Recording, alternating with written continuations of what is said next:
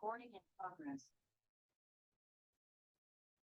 right, so my lesson that I'm going to be doing will be for chemistry, and it will be for high school level students. The standard that we're going to cover is an NGSS standard. It's HSPS 1-7.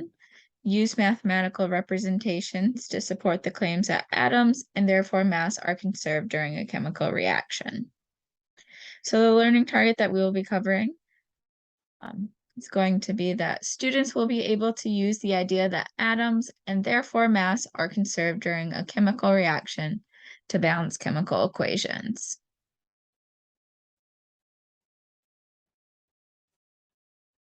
So based on that, we probably could guess that our topic is going to be balancing chemical equations. So I'm going to be using a PowerPoint presentation. It's also a PowerPoint presentation that I've connected with Pear Deck, so that it's an interactive presentation with the students. So if I did actually have students in here, I would have them enter a code so that they could become a part of our presentation. And I have some questions built in throughout the presentation for students to answer just to check understanding while we're learning and keep them engaged. But right now I don't have any students, so we didn't have them join before. All right. So before we get started learning how to balance chemical equations and what that means, I just want to do a little warm up to kind of review what we have been learning and what we already know. So our warm up is going to be looking at how many atoms there are of each element in this following compound down here. So this is something that we've been learning about the past couple of weeks, something that we've been using, and this is going to be an important skill that we're going to use when we're balancing chemical equations. So I want everyone to take 5 minutes, go ahead, count how many atoms there are of each element in this example, and then write them down in this chart below. So at this point with Pear Deck, students would be able to write directly on the screen, fill in how many atoms they think there are of each element, and then I would be able to go into my settings and see what their answers were. Nice job, guys. So let's go through this real quick before we move on. So if we look at this compound, we have CaNO3 So remember, the way that we find the number of atoms of each element in our compounds is we look at what subscript is next to it. So our subscripts tell how many atoms there are of each element in a compound. And remember, if there's no subscript, then that means that our subscript is a 1. So let's just go straight through this. So our first element here is Ca. So Ca doesn't have a subscript to the right of it next to it. So that means that it's just a 1. So there's only one Ca atom in here. So I would put a number 1 here. Now let's look at our next element. So our next element is N. So N is right here. We'll notice that N doesn't have any subscripts next to it. So that means it has a subscript of 1. However, there is something special about N, and that is that it is inside of a set of parentheses with a subscript on the outside. So remember, when we have an element that is inside of parentheses and there is a subscript on the outside, we have, in order to find the number of atoms there are of these elements, we have to do this subscript that's right next to the element on the inside of the parentheses. So in this case, it's a 1 because there's no subscript. And we have to multiply that number by the subscript on the outside of the parentheses. So 1 times the subscript over here of 2, that gives us 2N atoms. And then same thing with O. O is also inside of the parentheses, so to find the number of atoms that we have of that element, we'll take the subscript that's on it, so 3, and multiply it by the subscript on the outside of the parentheses. So 3 times 2, that means we have a total of 6 oxygen atoms. So nice job on that. And that's a skill that we're going to be using as we start balancing our chemical equations. So before we start balancing equations, we want to learn, why do we have to balance chemical equations? And the reason why we need to balance our chemical equations while we write them out is because of something called the law of conservation of mass. So the law of conservation of mass says that mass can't be created or destroyed, only change from one form to another. So this means that when we do a chemical reaction, we're going to start with a certain amount of atoms, and we are going to end up with that same amount of atoms. Because those atoms are not going to be created and none are going to be destroyed, they're just going to be rearranged throughout the reaction. So when we write our chemical equations, we need to make sure that they're representing the fact that we're ending with the same amount of atoms that we started with. So that's why we have to balance chemical equations, is to make sure that our chemical equations are showing us ending up with the same amount of atoms that we start with, to show that mass is conserved. That way we're accurately representing what's going on in our reaction. So this picture kind of shows this idea of the law of conservation of mass. We can see that in our reactant, we only have one C atom, so one of these dark black circles that represents a C atom. In our products, we also have one C atom. So we have one C atom in the reactants, one in the products. So that means that those atoms are conserved. And then we also have O atoms. So we have these little red balls as O atoms. So we have one red ball and two in the reactant. So two O atoms in the reactants. And then if we look in the product, we also have two O atoms in the product. So since we have the same amount of atoms in the end that we started with, that means that mass is conserved and that this is a balanced chemical equation. All right. So now, after we've learned what the law of conservation of mass is, I want you guys to look at this and tell me which one of these are obeying the law of conservation of mass.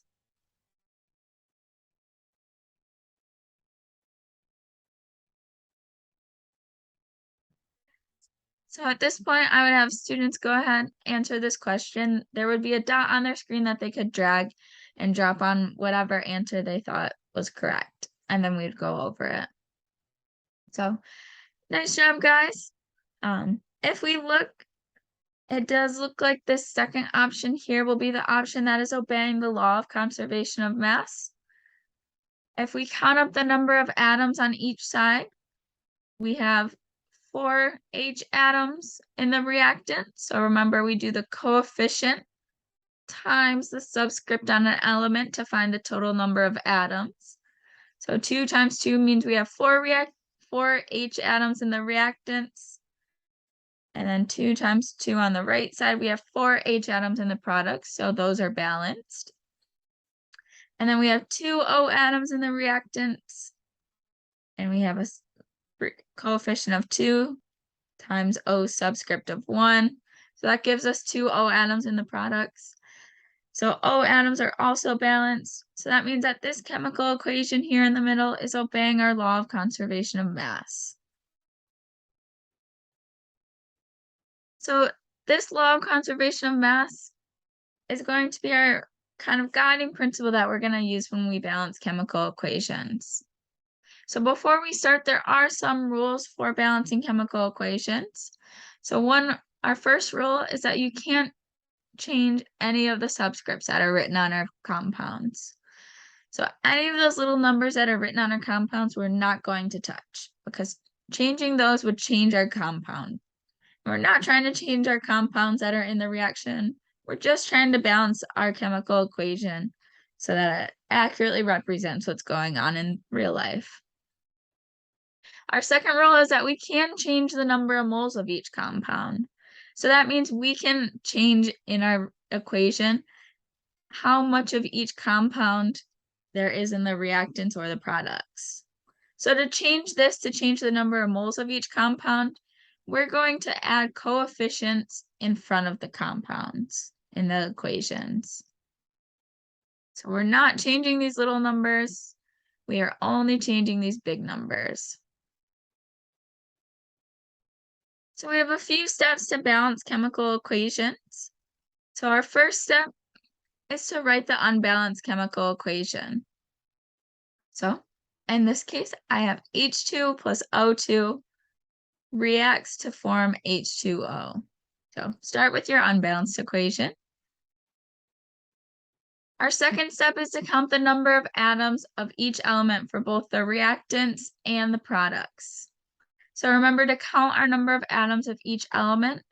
We look at the subscripts. So I have 2 H atoms, 2 O atoms.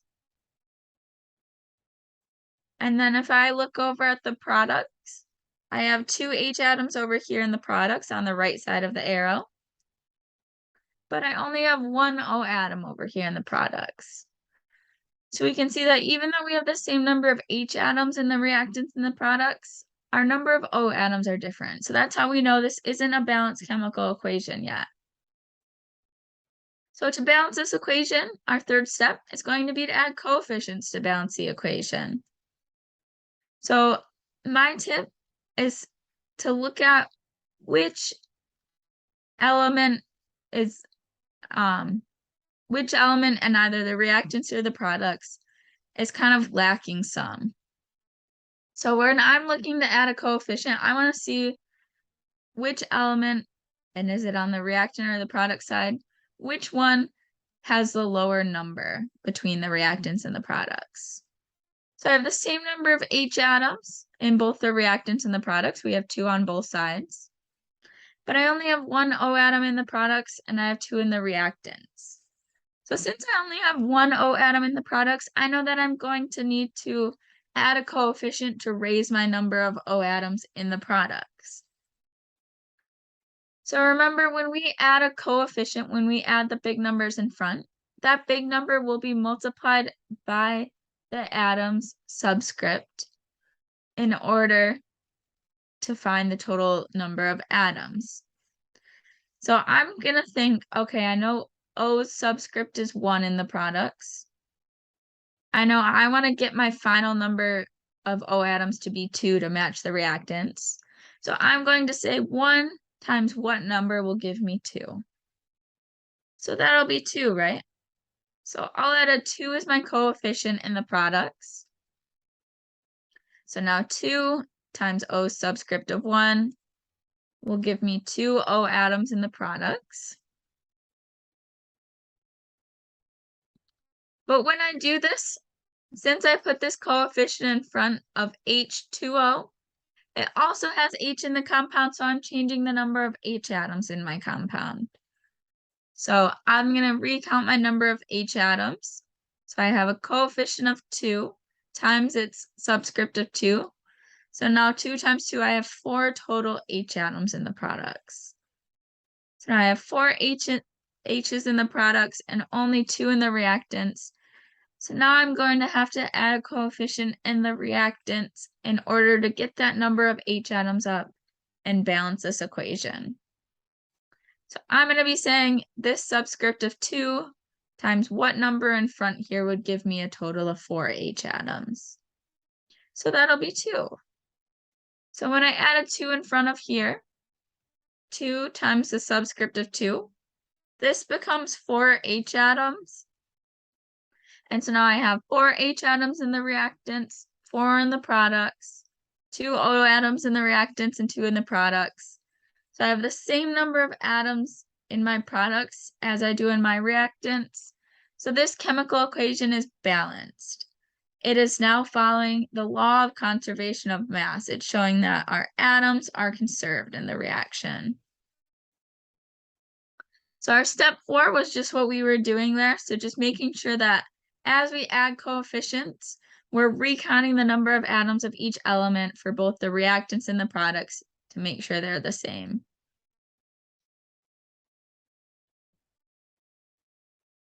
All right, so I want you guys to practice on this one, and then we'll go over it together. So I want you guys to write the number of atoms that there are for each element in the reactants and products in this equation. So this is kind of like a guided practice section where I'll have students go through the steps of balancing a chemical equation with me. So first they'll count the number of atoms for each element of a product, or for each element in both the reactants and the products in an equation. And then I'll go through it with them. I think I'm running out of time here, so I'll go through the rest of this. This next part would be our next step of balancing chemical equations. So I'll have students actually add coefficients into this equation, and they should be able to do this since I have Pear Deck on this slide. They should be able to write in actual numbers. And then I'll have them recount their atoms and change the number of atoms in their chart until they figure out what coefficients we need to balance the equation. And then we'll go over this together. So that's kind of like my guided practice section. And of course, asking the students if they have any questions, if we need to go back to anything, re-explain anything. This is definitely a tough section for students that do struggle with math. But I think that by really walking through each step and doing a lot of guided practice, maybe even more than just this one guided practice example, it can really help students with their math skills and with some applied math skills to science. So I'd go through those guided practice questions. And then for their independent practice, I would have students do this PhET simulation. So the one thing that I like about this PhET simulation is that there's different levels. So it's really easy to differentiate it for students. So if there's advanced students that are really understanding, they can go to the higher level, so level 3, and be challenged by more challenging equations to balance. If there are students that are kind of right on par, maybe they're hitting level 2, where it's kind of middle of the track questions. And then there's also level 1, which is kind of very, very basic chemical equations to balance. You're only looking at one coefficient at a time, just so those students who might really struggle with this can learn the concepts behind it and the basics. So I really like this because it allows students to change coefficients, see a visual for what happens when they change these coefficients. And then when they're ready to check their progress, they can hit check and get instant feedback on it. So that would be our independent practice section for this. And that would be the conclusion of our lesson.